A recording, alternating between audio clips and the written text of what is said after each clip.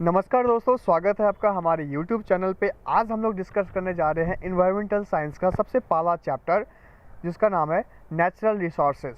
अगर आप एग्ज़ाम देने जा रहे हैं इन्वायरमेंटल साइंस का, तो आप इस वीडियो को शुरू से लेकर लास्ट तक ज़रूर देखें, आपके लिए बहुत इंपॉर्टेंट होगा। आज के इस वीडियो में मैं इम्पॉर्टेंट टर्म्स को सिर्फ डिस्कस करूँगा जो कि आपके एग्ज़ाम से रिलेटेड होगा।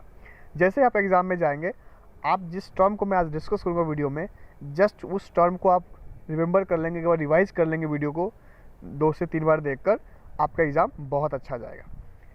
चलिए हम लोग डिस्कस करते हैं नेचुरल रिसोर्सेज चैप्टर पे। तो इंट्रोडक्शन टू नेचुरल रिसोर्सेज।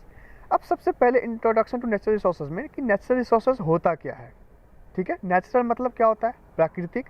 अब रिसोर्सेज देखिए, एक ऐसा कोई material, any material which can be transferred in a way that it becomes more valuable and useful can be termed as resources. Obviously, simple language में अगर कहा जाए कि ऐसा कोई सब्सटेंस, ऐसा कोई मटेरियल जो कि हमारे यूजफुल का चीज़ है और वैल्यूबल थिंग्स है, दैट इज़ कॉल्ड रिसोर्सेज। ठीक है, अब हम लोग आगे बढ़ते हैं और ये जो आप नीचे में जो पैराग्राफ्स लिखे हुए आप इसको खुद से पढ़ लें, आपके अगर काम का है तो। ठीक है, चलिए अब बात करते हैं कि नेचुरल रिसोर्सेज के क्लासिफिकेशन कौन कौन से हैं। तो क्लासिफिकेशन ऑफ नेचुरल रिसोर्सेज, अब इसको क्लासीफाई किस बेसिस पे किया गया है? Depending upon availability of natural resources can B divided into 2 categories. First, renewable resources and second, non renewable resources. ये सिंपल बात है कि अवेलेबिलिटी मतलब उसका मात्रा जो है कितना है उसके आधार पर। तो सबसे पहला हम डिस्कस करते हैं renewable energy.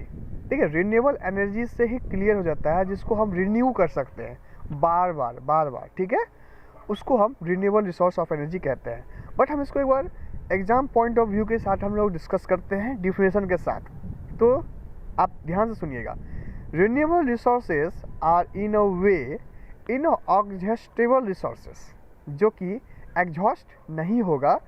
They have the ability to replenish themselves by means such as recycling, reproduction and replacement.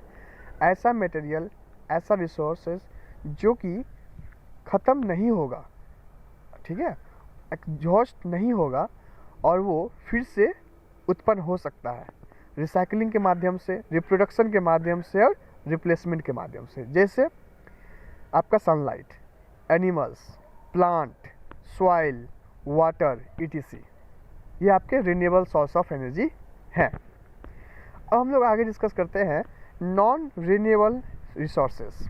Non renewable simple आप क्लियर समझिए, नॉन रिन्यूएबल मतलब नॉन रिन्यू, ऐसा रिसोर्स जिसको हम रिन्यू फिर वापस नहीं कर सकते। मान लेते हैं ऐसा मटेरियल है जो बन गया है, अब उसको दोबारा अगर वो बन गया है, उसको अगर हम यूज़ कर रहे हैं, एक समय बाद अगर वो ख़त्म हो जाता है हमारे इन्वायरमेंट से, तो फिर हम उसे दोबारा रिन्यू नहीं कर सकते।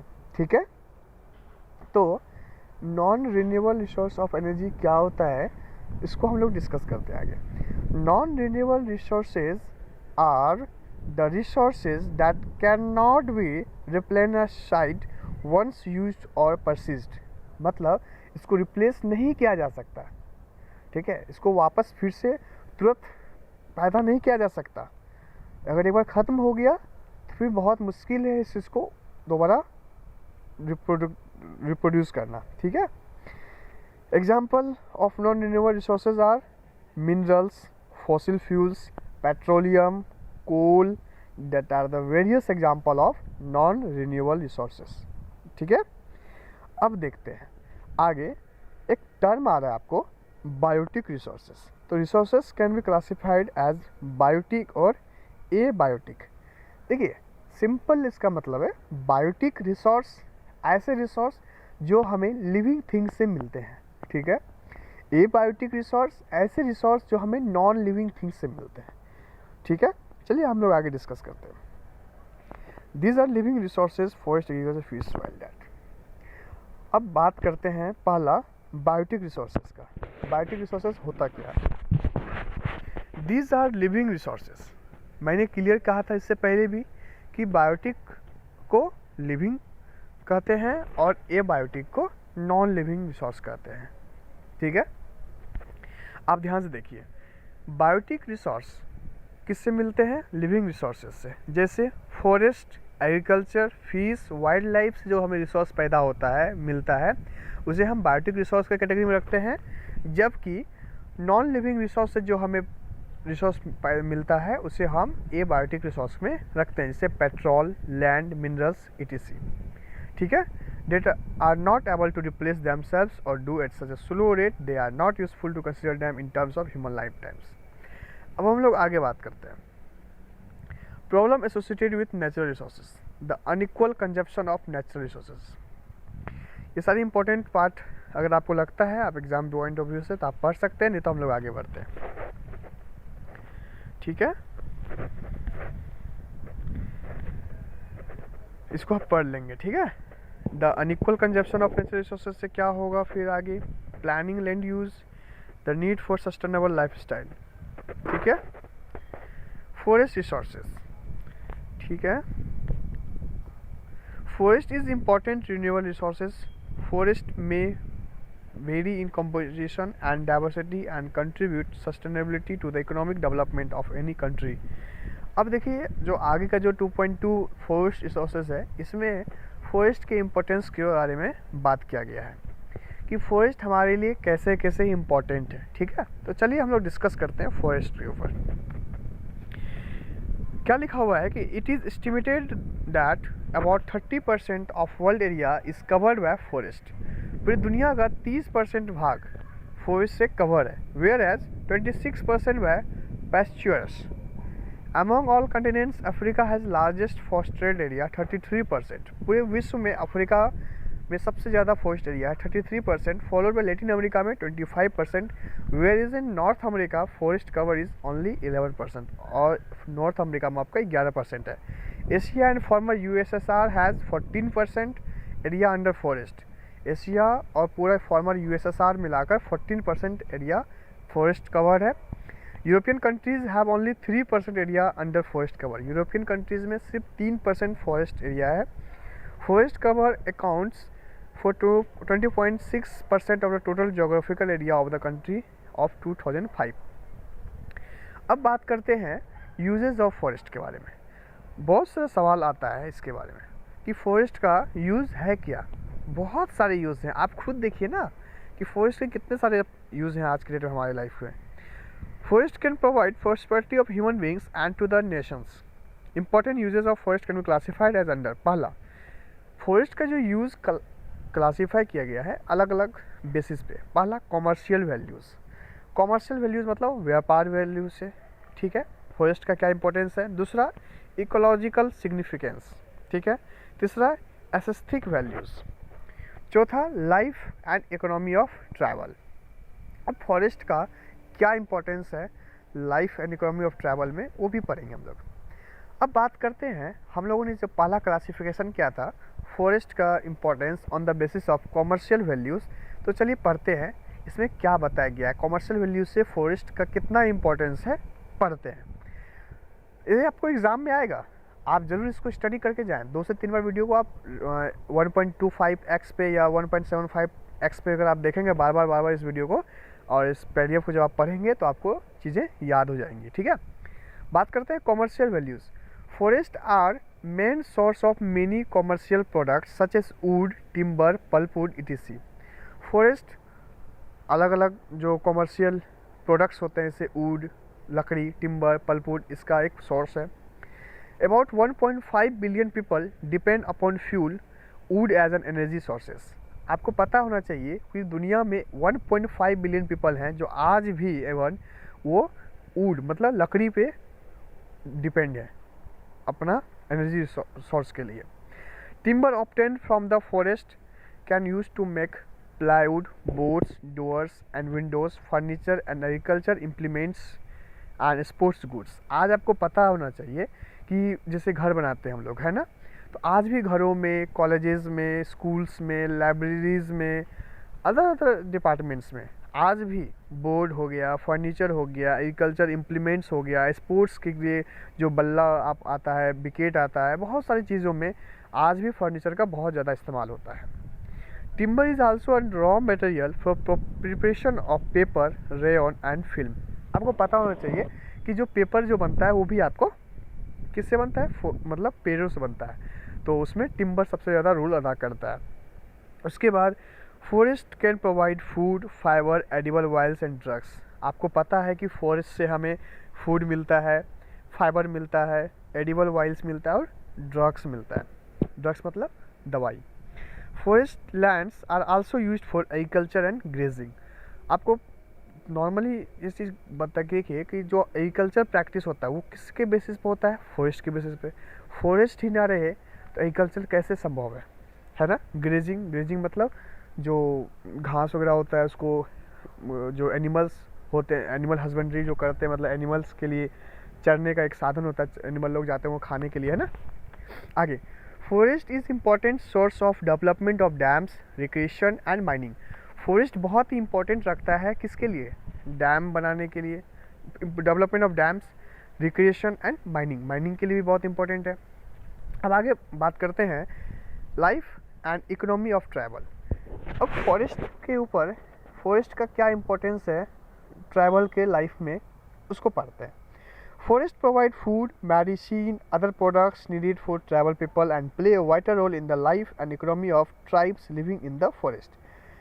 फॉरेस्ट में जो ट्राइबल लोग रहते हैं, जिसको बोलते हैं आप आदिवासी, राइट, घुमंटू भटिया, जो जंगलों में ही उनका भरण पोषण, जीवन व्यापन, सारा चीज़ उनका जंगलों में ही हो जाता है।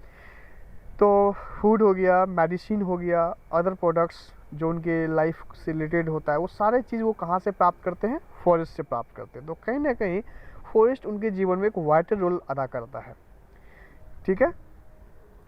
उसके बाद इकोलॉजिकल यूजेस। अब इकोलॉजिकल यूजेस क्या है, इकोलॉजिकल इकोनॉमिक्स से रिलेटेड, ठीक है।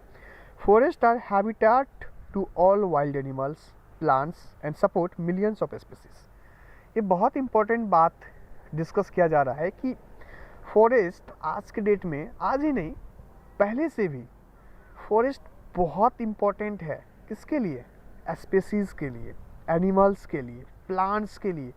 सोच के देखिए, अगर फॉरेस्ट हैं तो ही तो सारे स्पीसीज़, जानवर, प्लांट, अलग अलग तरह के मेडिसिनल प्लांट्स वो सारे अवेलेबल हैं। अगर आप सारे फॉरेस्ट को ही कट कर देंगे तो वो सारे बर्ड्स, एनिमल, प्लांट्स वो रहेंगे कहाँ। तो इट इज़ वेरी इंपॉर्टेंट, मतलब फॉरेस्ट का हमारे लाइफ में बहुत बड़ा योगदान है। आगे, they help in reducing global warming caused by green house gases and produce oxygen upon photosynthesis. सोच के देखिए कितनी बड़ी बात है। आज के डेट में जिस तरह से प्रोडक्शन हो रहा है, पॉल्यूशन बढ़ रहा है, फैक्ट्रीज सेटअप हो रहे हैं, डिफॉरेस्टेशन हो रहा है, उस केस में भी फॉरेस्ट का कितना बड़ा योगदान है कि वो ग्रीन हाउस गैसेस को बढ़ने से रोक रहा है। कैसे, ज़्यादा से ज़्यादा अगर फॉरेस्ट है तो वो क्या कर रहा है, वो क्या कर रहा है कि ऑक्सीजन प्रोड्यूस कर रहा है और उससे फोटोसिंथेसिस प्रोसेस होता है। और आपको पता होना चाहिए कि फॉरेस्ट के माध्यम से हमारा जो ग्लोबल वार्मिंग का जो खतरा है वो घट सकता है। इसलिए हमें ज़्यादा से ज़्यादा फॉरेस्ट लगाना चाहिए, लोगों को जागरूक करना चाहिए कि पेड़ों को ना काटे। आगे, forest can act as pollution purifier by absorbing toxic gases.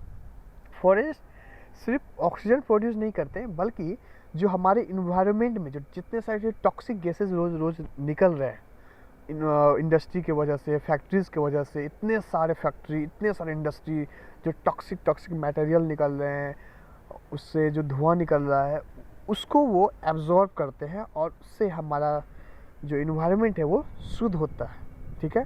Forest not only help in soil conservation but also helps to regulate the hydrological cycle.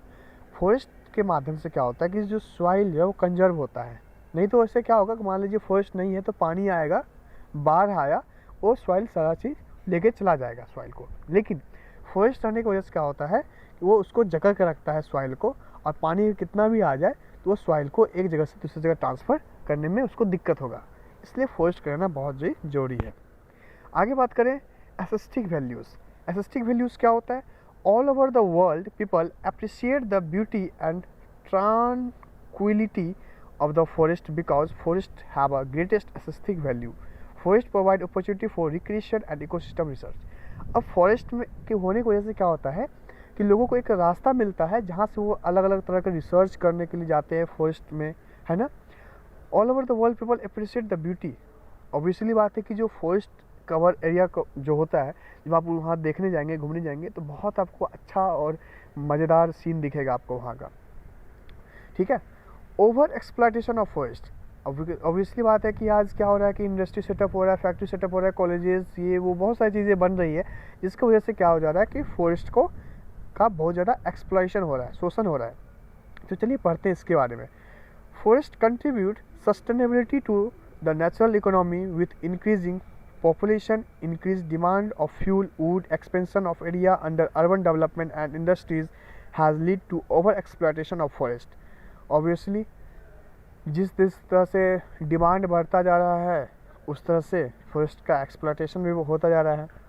Eight present international level we are losing forest at the rate of 1.7 crore hectares annually. ये बहुत मतलब हमारे लिए एक गंदा data है कि आज 1.7 करोड़ हेक्टेयर हर साल फॉरेस्ट ख़त्म होते जा रहे हैं. सोच के देखिए कितनी बड़ी बात है ये. Over exploitation also occurs due to over grazing and conservation of forest to pastures for domestic use. आगे बात करें. फॉरेस्ट आर बर्न और cut for clearing of land for agriculture. बहुत सारे फॉरेस्ट एरियाज़ को ख़त्म किए जा रहे हैं, जलाए जा रहे हैं. किस चीज़ के लिए? एग्रीकल्चर प्रैक्टिस करने के लिए. अब इतना ज़्यादा पॉपुलेशन बढ़ रहा है, उसके डिमांड्स को कंप्लीट करने के लिए, उसके डिमांड्स को फुलफ़िल करने के लिए क्या किया जा रहा है कि एग्रीकल्चरल प्रैक्टिस को बढ़ावा दिया जा रहा है. अब एग्रीकल्चर प्रैक्टिस होगा कहाँ? तो उसके लिए फॉरेस्ट को कट किए जा रहे हैं, जलाए जा रहे हैं, ख़त्म किए जा रहे हैं. ये बहुत ही दुष्परिणाम ला सकता है. ग्लोबल वार्मिंग, ये सब जो आप देख रहे हैं आज के डेट में, क्लाइमेट चेंज, उसका ये बहुत बड़ा उदाहरण है कि फॉरेस्ट को बहुत ज़्यादा मात्रा में काटा जा रहा है. इसलिए हमें जागरूक होना भी होगा और करना भी होगा लोगों को कि फॉरेस्ट को ना कट करें. आगे पढ़ते हैं. Development and expansion of cities. This economic gains are short term whereas long term effects of deforestation are irreversible. क्या होता है कि हमें शॉर्ट टर्म का जो डेवलपमेंट है सिटीज़ एक्सपेंशन में, हमें मेट्रो चाहिए, ये चाहिए, वो चाहिए, उस चीज़ के चक्कर में हम लोग जो फ्यूचर में जो खतरा आने वाला है उसको हम लोग नहीं देख रहे हैं, और हम लोग शॉर्ट टर्म डेवलपमेंट के चक्कर में बड़े बड़े दुष्परिणाम को हम लोग एक तरह से इनवाइट कर रहे हैं. उसके बाद deforestation rate is relatively low in temperate countries than in tropics. If present rate of deforestation continues, we may lose just 90% tropical forest in coming 6 decades. अगर इस तरह से अगर चलता रहा तो 90% ट्रॉपिकल फॉरेस्ट हम लोग खत्म कर देंगे आने वाले 6 डिकेड्स में, मतलब 60 साल में. For ecological balance 33% area should be under forest cover, but our nation has only 20.6% forest. Ecological balance बनाने के लिए 33% एरिया फॉरेस्ट कवर होना चाहिए, बट आपको अगर डाटा पता होना चाहिए कि मात्र 20.6% फॉरेस्ट कवर है मात्र. Causes of deforestation. डिफॉरेस्टेशन के क्या क्या कारण है, चलिए हम उसको पढ़ते हैं. Forest area in some developed area has expanded. हम लोग चलिए मेन काउज पढ़ते हैं कि डिफॉरेस्टेशन के कारण क्या है. ठीक है. Needed for fuel wood. ठीक है, ये सब आप पढ़ लेंगे. वीडियो इस तरह से बहुत लंबा हो जाएगा, तो हम लोग कभी और भी इस चीज़ के ऊपर डिस्कस करेंगे. ठीक है. मेजर इफेक्ट्स ऑफ डिफॉरेस्टेशन चलिए हम लोग पढ़ लेते हैं, क्योंकि आपके एग्जाम में क्वेश्चन आ जाता है. Soil erosion and loss of soil fertility. जी. decrease of rainfall due to effect of hydrological cycle. This is the defect of deforestation. Expansion of deserts, climate change and depletion of water table, loss of biodiversity, flora and fauna, environmental changes and disturbance in forest ecosystem. और हम लोग पढ़ेंगे next video में अच्छे से. मैं आपको थोड़ा सा डिफॉरेस्टेशन के मेजर इफेक्ट्स के बारे में बता देता हूँ. उससे पहले मैं आपको काउज के बारे में बताना चाह रहा था, काउजेज ऑफ डिफॉरेस्टेशन. तो आप इसको पढ़ लेंगे क्योंकि वीडियो बहुत लंबा हो गया, तो हम लोग इस वीडियो को यहाँ पे एंड करते हैं. और मेजर इफेक्ट्स ऑफ डिफॉरेस्टेशन आपने देखा, पहला है soil erosion and loss of soil fertility. ठीक है, सॉइल इरोजन होगा, सॉइल अपना फर्टिलिटी को लूज़ कर देगा अगर डिफोरेस्टेशन होगा तो। दूसरा, decrease of rainfall due to effect of hydrological cycle. तीसरा, अब देखिए फॉरेस्ट नहीं रहेगा तो बारिश भी ज़्यादा नहीं होगा। एक्सपेंशन ऑफ डिजर्ट्स बढ़ता चला जाएगा, मतलब अब फॉरेस्ट है नहीं तो पानी बरसेगा नहीं ज़्यादा, पानी नहीं बरसेगा ज़्यादा मान लीजिए, तो फिर आपको ऑब्वियसली बात है कि हाइड्रोलॉजिकल साइकिल कंप्लीट नहीं होगा तो डिजर्ट एरिया बढ़ेगा। क्लाइमेट चेंज हो रहा है, डिप्लेशन होगा, वाटर टेबल का डिप्लेशन मतलब ख़त्म होगा water table. Loss of biodiversity ख़त्म होने लगेगा, फ्लोरा एंड फौना ख़त्म होने लगेगा। एनवायरमेंटल चेंजेस होंगे and disturbance in forest ecosystem, और फॉरेस्ट इकोसिस्टम में डिस्टर्बेंस आएगा। तो आज की वीडियो यहाँ तक रहेगा, आगे हम लोग नेक्स्ट वीडियो लाएंगे इन्वायरमेंट के ही ऊपर, उसमें हम आपको और अच्छे से बताएंगे अलग टॉपिक के ऊपर, ठीक है। तो आज का वीडियो यहीं पे हम लोग एंड करते हैं। वीडियो अगर आपको अच्छा लगा, वीडियो को आप लाइक करें, कमेंट बॉक्स में आप आकर अपना कमेंट करें, आपको किस चीज़ के ऊपर वीडियो चाहिए, आपको इस वीडियो में क्या अच्छा लगा, और आपका कोई अगर क्वेश्चन है तो कमेंट बॉक्स में अपना क्वेश्चन रखें, मैं आपका सॉल्यूशन करके दूंगा।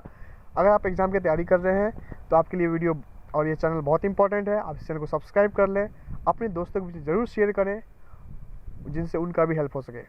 मिलते हैं नेक्स्ट वीडियो में, थैंक यू।